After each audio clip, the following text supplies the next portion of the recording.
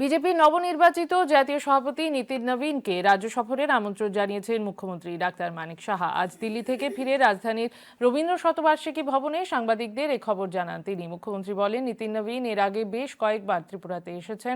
সংগঠনকে আরো শক্তিশালী করতে রাজ্য সফরের এই আমন্ত্রণ বলে জানান মুখ্যমন্ত্রী। অন্যদিকে মুখ্যমন্ত্রী জানান, আগামী 23শে জানুয়ারি রাজ্যে আসছেন কেন্দ্রীয় ডোনার মন্ত্রী জ্যোতিরাদিত্য সিন্ধিয়া।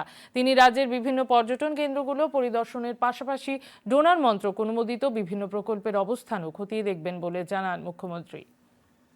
জানিয়েছি ত্রিপুরার পক্ষ থেকে, পাশাপাশি ওনাকে বলেছি ত্রিপুরাতে আসার জন্য।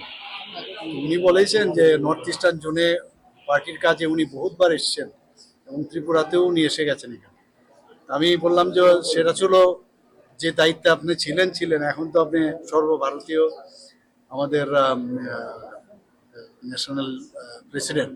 তো সেই জায়গায় এখন আমার মনে হয় ত্রিপুরার পক্ষ থেকে আছে সিএম, আমি আপনাকে ইনভাইট করছি। বিভিন্ন জায়গায় যে আমাদের ট্যুরিজমের যে স্পটগুলো আছে বিভিন্ন জায়গায় উনি দেখবেন, প্লাস ডোনার মিনিস্ট্রি থেকে যেসব প্রকল্পেতে উনি আর্থিকভাবে ওনার ডিপার্টমেন্ট থেকে সাহায্য করেছেন সেগুলোর যে স্ট্যাটাস কি সেগুলো উনি দেখবেন।